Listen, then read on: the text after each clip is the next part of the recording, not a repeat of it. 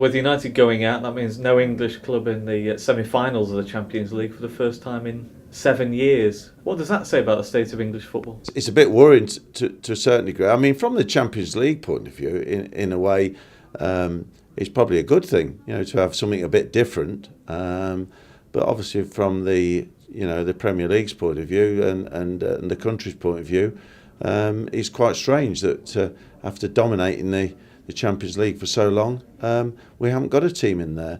And to be fair, I think most of our teams were pretty soundly beaten, and that's a strange thing to see happen, really. Is it perhaps unfair to suggest that other nations are overtaking us? Well, it's difficult to put your finger on what's the problem is, but maybe it could be that the teams are playing so many games that they are getting more and more tired. Maybe one or two of the sides are getting older. And it's coming to the crunch part of the season, and when you get the cream, obviously you need to be at your best. So maybe that's something to do with it. The fact that a lot of our sides have had long, hard seasons, and the Premier League is the best league in the world, and it's tremendous competition week in, week out. There are no easy games, and maybe that's told a little bit. But certainly, I thought one of Manchester United, as I say, I think probably should have gone through, got themselves into a winning position, and didn't take advantage of it, which is unusual for them. They usually have that killer instinct.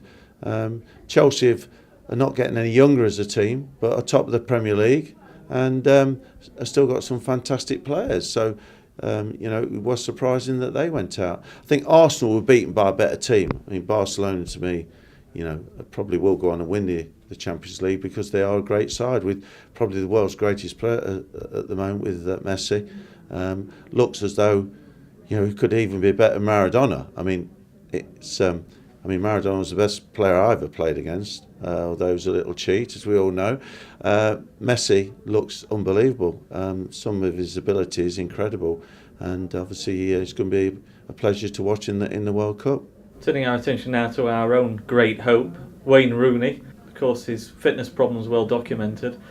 How surprised were you to see him line up for Manchester United last night? I think I was surprised, like all football fans, because the feedback was, that he was going to be out for a few weeks. But I don't think Wayne Rooney himself would have played unless he realised that maybe it was the type of injury that wouldn't get really worse. It'd probably get a bit sore, and it might keep him out for another game or so. But as I say, I don't think he would have played, but I think the risk was worth taking.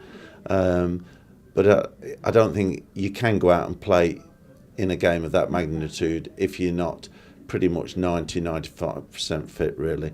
So I think that it was a chance worth taking, but I also feel that he may have to have a little bit of a rest more now than he probably would have done, and that might obviously help England in the World Cup, because it's no doubt that he's had a long season, and maybe a couple of weeks rest might do him good for the World Cup in England. I'm sure it would do, but wouldn't help United so much in the Championship race.